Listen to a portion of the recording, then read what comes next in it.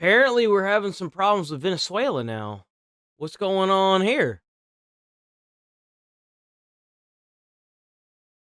We'll watch this one for Venezuela first, because this one came out yesterday, right? Yeah. Is ordering massive mobilization of its military as the United States its own firepower to the region. We deeply love peace. We don't want war here nor in any other place around the world. But if they dare to touch Venezuela, they're going to find us in every street. The announcement came after America's largest warship arrived in U.S. Southern Command area of operations. That area includes most of Latin America. We've got CNN senior national security reporter Zach Cohen in Washington for us. Zach, good to see you. What more do we know about Venezuela's mobilization of not only its troops, but equipment as well as ammunition? And then also, how significant is it that the USS Gerald R. Ford is now in Southern Command's region? Yeah, Venezuelan officials making clear that this mobilization I don't know what the fuck we're doing over there. Why are we over there? was ordered directly by President Nicolas Maduro, and it comes as a response to... I hate to break it to you, Mr. Nicolas Maduro, but if Trump wants you dead, or any president wants you dead, you're probably going to be dead. Why the hell are we over there? That's what I want to know. Why is there a destroyer that... I mean, not a destroyer, a fucking... why is that ship there? Why are we there? That's what I want to know. Why the fuck are we there? In the region, which of course has been used to conduct these strikes against alleged drug boats, but increasing tensions with Venezuela in the process. Venezuelan officials calling the U.S. buildup a, quote, imperialist threat, and saying that they plan to conduct land, air... I hate to break it to you, buddy. I'm going to say this. I'm going to be completely honest to you. If the United States of America wanted you dead, you'd be a fucking crater. There would be nothing left of you or your city. America doesn't want anything to do with you. I promise you it doesn't. Because if it did, well, you'd be dead already. What I don't understand is why the fuck we have that ship there. That's what I want to know. Okay, if it's for the drug boats, cool, I get it. But is that where the drugs are coming from? That's what I want to know. Where are they coming from? How are we going to stop them? Are we going to go to war with Venezuela? It's odd that Trump sends this big-ass ship over there, but we don't know why. No one knows why it's there. And naval exercises to really, as a show of force, to essentially ward off a potential U.S. invasion of sorts. Now, the aircraft carrier USS Gerald Ford... Wouldn't be no U.S. invasion. They tactically strike these people from orbit. It wouldn't be no invasion. The U.S. wouldn't invade Venezuela. We do the same thing that we did to Israel. Wouldn't be no invasion. Wouldn't need to. It is the U.S.'s largest aircraft carrier. It is the most advanced aircraft carrier in the U.S. fleet. At the same time, it brings significant air assets as well. It has 9 air squadrons, anti-surface capabilities, and it will join what is already a very large U.S. military presence in the region, including guided missile destroyers that are all ballistic capable, raising questions about what this firepower is needed. The Trump administration insists that the Gerald Ford... What do you think? You really think Trump's gonna waste American lives fighting Venezuela? Fuck no. It'd be kind of stupid to do that. Send in the most advanced warship in the world.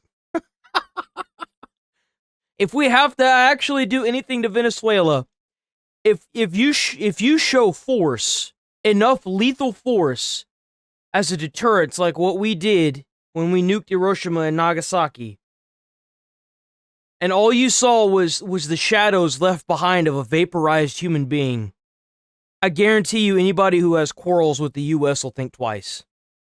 I promise you. Do I agree with it? No. But if you're going to go to war, then fucking go to war. Stop pussyfooting around.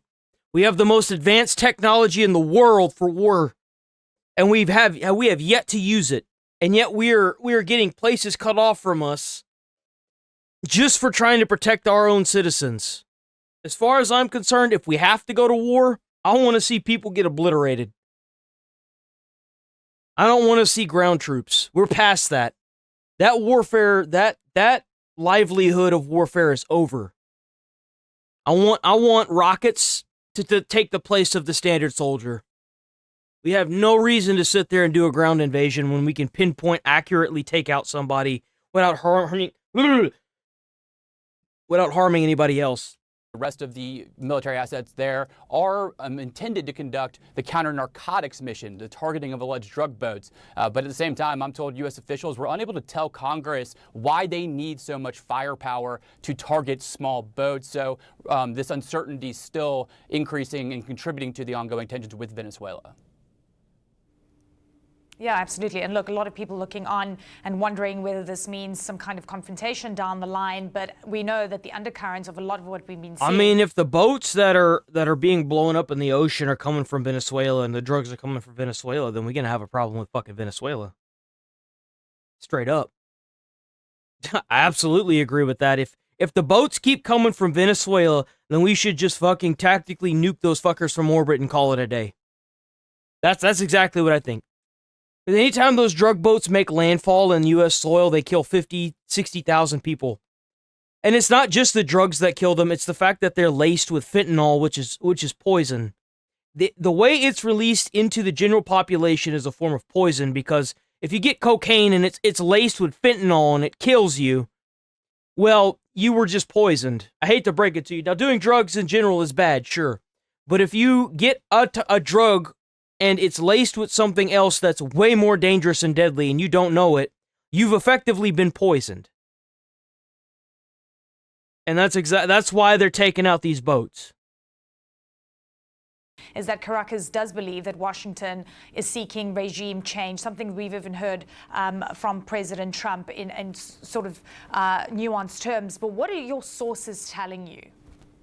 Yeah, we reported back in September and since then that there are some within the Trump administration who are pushing a strategy to effectively conduct strikes inside Venezuela with the idea of pushing Nicolas Maduro, the president of Venezuela, out of power. That is still something some U.S. officials hope can be accomplished as part of this military buildup. At the same time, we also know that the Trump administration told Congress just a few days ago that it doesn't currently have the legal justification to target anything inside Venezuela or any other territory, even though they are potentially seeking an additional legal justification that would allow them to do so. So really some uncertainty, some ambiguity there, as you mentioned. Does make you wonder what's going on this since the beginning, both speaking in very verbose terms, in terms of threatening Nicolas Maduro, but at the same time, not going all the way to commit to U.S. forces conducting some sort of a regime change strategy operation targeting him. So we're going to have to wait and see what ultimately happens. But again,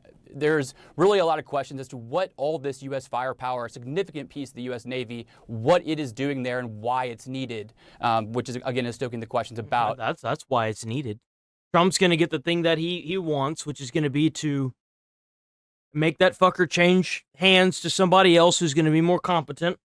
And if he doesn't do it, then they're going to bomb that place until it happens. That's what's gonna happen. Do we even need to question that? That's what's gonna happen.